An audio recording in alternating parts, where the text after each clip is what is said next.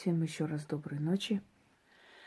Итак, раз уж у меня появилась дополнительная минутка, решила снять, пока есть время и силы. Итак, дорогие друзья, сегодня хочу подарить вам заговоры от лютых соседей.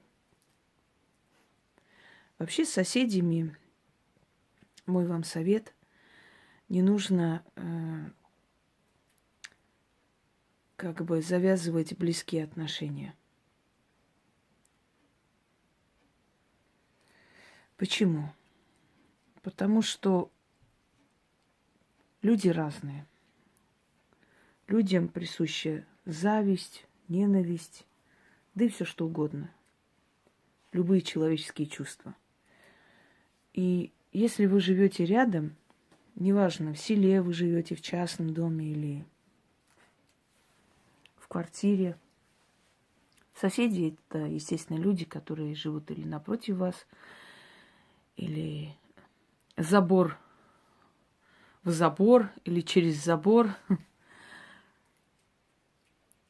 Это люди, которые рядом с вами. И они многое знают о вашей жизни, собственно говоря. Никуда не скроешься. Знают, одна вы или нет. Иногда, может быть, слышат, о чем вы говорите дома. Иногда вы слышите их. То есть они невольные свидетели вашей жизни, а вы невольные свидетели их жизни. Хорошо, если есть хорошие соседи, это замечательно. Вообще между соседями дружба и прочее, особенно на Кавказе очень ценится. Там есть такое выражение: хороший сосед лучше, чем плохой брат. Как бы там ни было, еще раз повторяюсь, люди разные, не каждый человек может пережить ваш подъем. Вот вы строите дом, себе, появились деньги, работаете день и ночь, немного поднялись, решили построить, решили чуть расширить дом для детей, решили купить машину. И вдруг начинает сосед ходить на вас, кляузничать, писать заявление о том, что ваш дом там закрывает обзор солнца. Поводов разных очень много. Даже если вы живете в пустыне Сахара, кто-нибудь найдется, кому вы будете там очень сильно мешать. Помню такой случай, когда один американец, гуляя в лесу, увидел в такой затерянной вообще закрытой чаще леса, куда редко кто забредал, что он там делал, не могу понять. Годами, в общем, никто не мог туда дойти. И он увидел маленький такой аккуратно построенный домик с балконом. И вспомнил, что в этом месте дома строить нельзя. В общем, ничего нельзя строить. Позвонил в полицию. Полиция приехала, начали выяснять, кто хозяин, не выяснили и написали, прикрепили к двери, что если в течение месяца этот домик не будет разобран, то они будут вынуждены сделать это сами, поскольку здесь постройка запрещена. Вернувшись недели через 2, этот человек, чтобы проверить, увидел, что нету домика и следа нет. То есть, понимаете, как человек захотел в лесу уединиться от цивилизации. Может, он туда приезжал, писал стихи, может, он писал какие-то оперы, может, он отдыхал душой, неважно. Но обязательно нашелся какой-то кляузник, который вызвал полицию, написал заявление. В общем, человеку не дали уединиться, на природе. Кому он мешал там в этом лесу, где только волки и медведи ходят? Никому. Но видите, кому-то он все-таки помешал. И этот кто-то обязательно ему нагадил. Так что с соседями дружба очень хорошо, но многие потом говорят, что очень зря подпустили соседей слишком близко. Хочется иногда пригласить соседей на чашечку кофе, поболтать, поговорить, но всегда что-то останавливает. Думаешь, мало ли, завтра, послезавтра чем-то я не понравлюсь этим людям, а знаете, нам жить рядом. Лучше слишком не приближать. Здравствуйте, как дела? Все хорошо, как здоровье? Спасибо. То есть не конфликтовать, но в то же самое время слишком не приближать этих людей, чтобы они не слишком уж много знали о вашей жизни. Всегда держать дистанцию, чтобы потом не было невыносимо выходить из своего дома, выкидывать мусор, понимаете, все время под проклятиями, под ненавистью, грязными словами и так далее. Говорю из собственного опыта, потому что бывали случаи в моей жизни. Нет, ну мне не смели говорить ничего. Потом я сделала так, что их выселили. Я не звонила никуда, не писала доносы. Нет, мне достаточно было просто начитать кое-что. Через некоторое время они убрались. У меня нет привычки воевать грязно. Но в любом случае, мой вам совет, не сближайтесь особо с соседями. Особенно если это наглые люди, если это завистливые люди, если это еще и пьющие люди, если у вас ребенок работящий, он добивается всего, умный, хороший, который хочет помочь родителям, а их ребенок тунеядец и алкоголик и гуляка, то у них всегда будет к вам ненависть, у них всегда будет в вашу сторону неприязнь. Понимаете? Потому что им неприятно осознавать, что вы преуспели там, где они не смогли. Но бывают случаи, когда соседи просто убивают друг друга. Вон недавно видео смотрела, где, значит, сосед построил свинарник, и человек, который жил рядом, из-за этого запаха не мог нормально жить, потребовал снести. И каждый год они так вот, значит, дрались. И последний раз он ломом просто ударил по голове. Убил. И как бы вопрос окончательно решился. Один на зону, другой в могилу. Не стоит, дорогие друзья, терять свою жизнь ради таких вот, знаете, яблоко не так выросло, ветки не туда склонились, да. У меня в детстве был случай, когда мерили земли, может быть, везде есть вот в селениях иногда спорные участки, начинает измерять.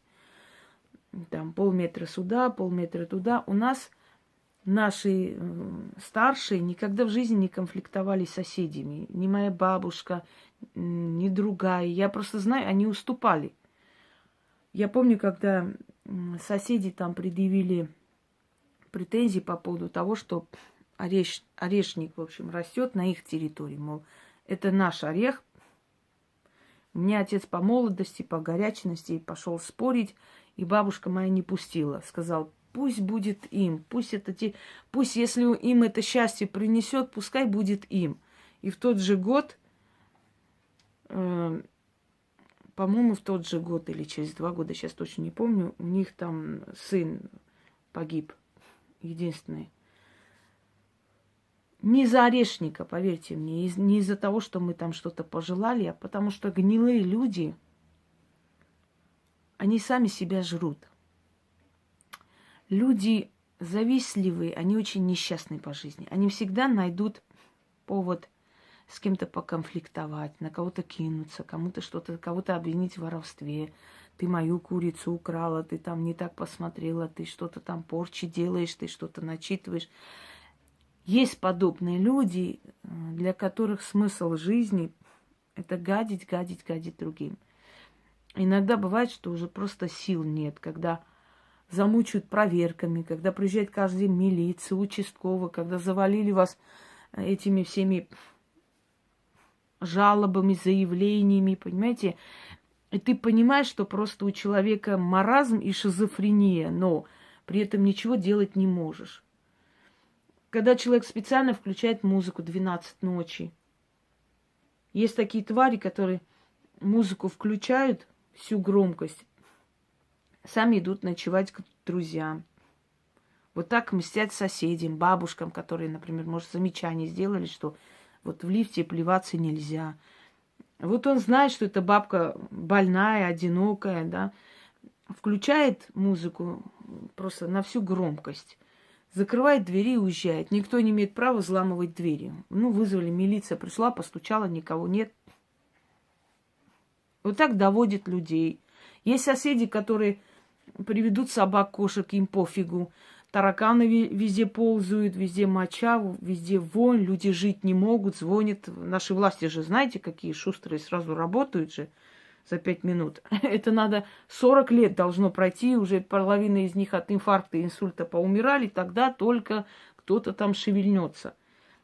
И вот как быть в этом случае, когда вам жизни не дают, когда сжигают дачу, когда травят ваших кошек, собак, ну, специально вредят, причиняют вам боль, понимая, что, ну, не будет ничего, ну, минимум там административно, ну, вот штраф, ну, 5000 штраф, это самый страшный такой штраф за все это. Да, в нашей стране, когда женщину бьют, и вот когда убьют, тогда звоните, весьма смешно надеяться, что если твоих собак отравили или поубивали, там кто-нибудь за это будет нести ответственность. Если человеческая жизнь ничего не значит, то человеческие права вообще ничего не значат. То есть как наказать самим, если вы действительно справедливы в этом отношении, если правда за вами, то смело делайте эти работы, они получатся. Итак, первый момент. Вот если пишут доносы на вас, если все время клевещут, если распространяют всякую информацию, если, например, вот самая излюбленная, да, изощренная пытка — это вызывать постоянно милицию, говорить, что отсюда музыка, что люди кричат, там что-нибудь еще. То есть нагадить и почувствовать себя хорошо. Вот ты там подлянку подкинул, да, свинью подложил, и вот так хорошо тебе на душе. А ведь я уже вам говорила, что злая энергия имеет свойство возвращаться. Чем больше зла ты распространяешь вокруг себя, тем больше в этом коконе зла сам варишься. Так вот,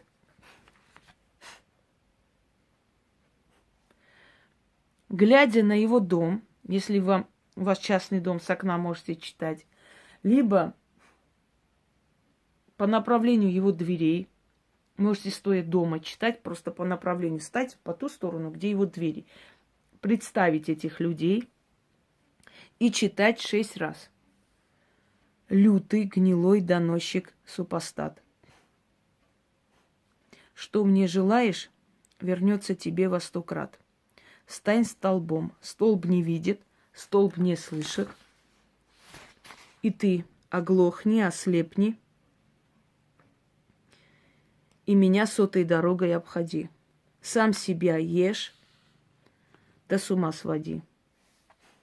Авракалам, ключ, замок, язык. Истинно. Читайте это каждый день по 6 раз. И в скором времени вы увидите, что у него будет случаться. Помните, в советское время вызывали милицию, когда кто-то там, например, самогон гнал. И вот на одного деда вызвали милицию в селе, соседи, кляузники. Милиция приехала и перепутала адрес. То есть зашла не в дом этого деда, а к ним именно в дом. В их дом зашла и застали тот момент, когда у них на столе были доллары. Они там спекуляцией занимались. По-моему, этот дед им мешал, они что-то хотели его землю купить, дом построить. В общем, вот так вот доводили этого человека. И тут милиция по ошибке заходит в их дом, где доллары на столе. А в то время за доллары расстреливали, дорогие друзья. Так вот, хозяина семейства, который на себя взял всю эту вину, расстреляли. Вот так вот. Не надо, не делайте то, что потом на вашу голову рухнет. Дальше пойдем. Если все время ругаются, если все время делают вам гадости, ну там дохлых кур кидают через балкон или возле вашего коврика, извиняюсь, мочатся, такие вещи тоже делают люди, понимаете? Разрисовывают стены, в общем, такие вещи. 12 ночи со свечой в руках читаете 12 раз и резко дуете эту свечу.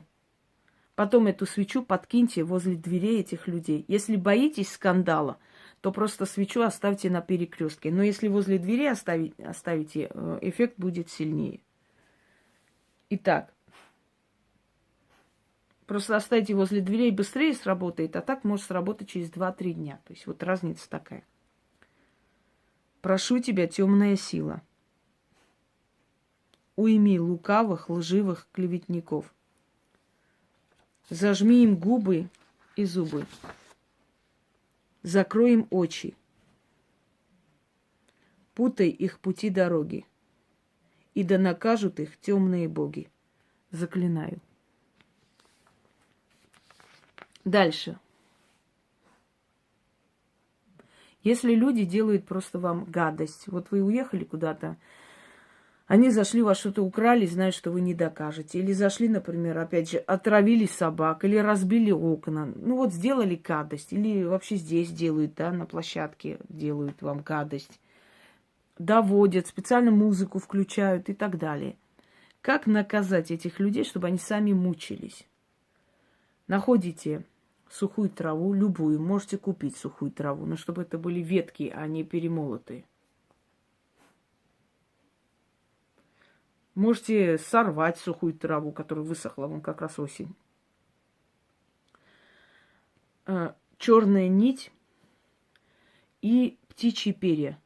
Но птицы должны быть не домашние, естественно. Просто птицы. Хоть вороны, хоть голуби, кто угодно. Несколько птичьих перьев и сухая трава. Берете и обматываете. Это очень древняя вещь, шаманская. Просто на основе вот этого вот познания, да, я просто создала свое и вам дарю. Обматывайте. Читайте на этот пучок и подкидывайте под их дверь. Или кидайте там, или вешайте над их дверью. Это обязательно надо. Тут никаких вариантов. Делайте и уходите. Через некоторое время такое начнется, что вы сами просто будете в шоке от того, что начнется. Итак, заклинаю духами и древней силой, да творится справедливая месть. Кто будет тут жить, тот будет маяться. Кто будет тут жить, тот будет тужить. Высохните, как трава. Месть моя праведная, ибо я права. Слово, дело, как я сказала, так тому и быть. Заклинаю. 13 раз читайте. Можете дома читать, выйти, подойти и кинуть им. Или повесить над дверью. И уйти.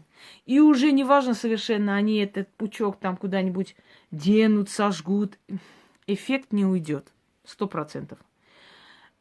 Можете, если вы в селе живете, кинуть им через забор. И никогда не слушайте тупых людей, которые говорят, вот они пойдут очиститься, ответка вам придет. Никакой ответки нигде не будет. Ответка за порчей, но вы же не порчу делаете. Вы мстите справедливо за нанесенную обиду. Вот и все. Какая ответка, о чем речь? Если люди сделали гадость, не нужно терпеть, как бараны, боясь, что а вдруг, если я их поставлю на место, потом мне будет плохо.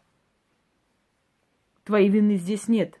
Справедливость, она на твоей стороне, потому что ты не идешь портить людям жизнь.